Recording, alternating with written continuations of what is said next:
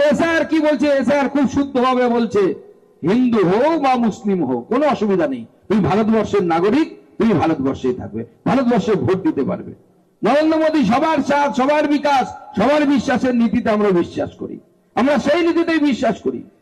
কিন্তু কোন সাম্প্রদায়িক শক্তি, যে ধরনের সাম্প্রদায়িক শক্তি বাংলাদেশে আমরা দেখছি একের পর এক ঘটনা ঘটছে, ওই ধরনের সাম্প্রদায়িক শক্তির সাথে আমরা নেই, পাশে নেই। আমরা চোখে দেখেছি দীপুচন্দ্র দাসকে বাংলাদেশে গাছ থেকে ঝুলিয়ে জ্যান্ত জ্বালিয়ে দেয়া। আমরা চাই পশ্চিমবঙ্গ ওরকম হোক, আমরা চাই পশ্চিমবঙ্গ ওরকম হোক, আপনারা চান এরকম পশ্চিমবঙ্গ হোক। আমরা ভারতীয় জনতা পার্টি সেই জন্য লড়াই করছি যে ওই ধরনের বাংলাদেশের মতো পরিস্থিতি আমরা পশ্চিমবঙ্গে তৈরি হতে দেব না। তার জন্য যদি ভারতীয় জনতা পার্টির কার্যকর্তাকে, নেতৃত্বকে যদি গুলি খেতে হয় আমরা গুলি খাবো, যদি রক্ত দিতে হয় রক্ত দেবো, তবুও পশ্চিমবঙ্গকে আমরা পশ্চিম বাংলাদেশ তৈরি হতে দেব না।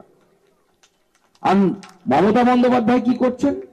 এসআইআর এর নামে লোককে খেপাচ্ছেন, লোককে খেপিয়ে বলছেন এসআইআর ভুন্ডল করে দাও। বিভিন্ন জায়গায় তার বিধায়করা নেমে গেছে।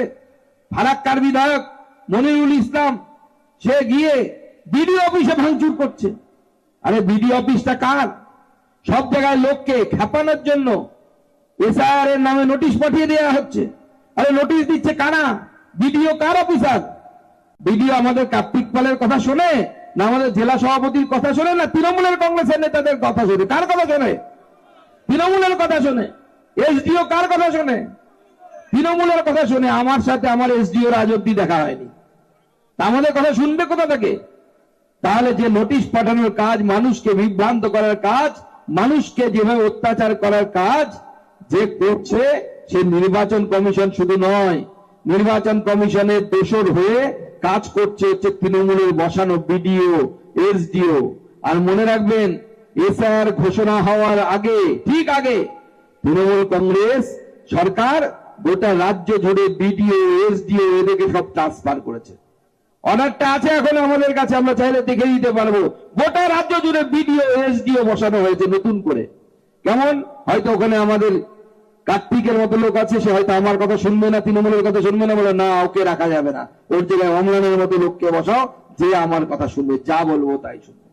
আর দিদিমণি ভাবছেন এইভাবে তিনি ভোট দিতে জিতে যাবেন।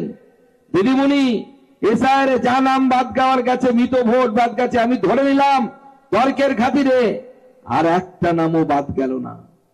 তবুও সুকান্ত মজুমদার এখানে দাঁড়িয়ে গ্যারান্টি দিয়ে যাচ্ছে যে 26-এর নির্বাচন তৃণমূলের বিসর্জন, কেউ আটকাতে পারবে না।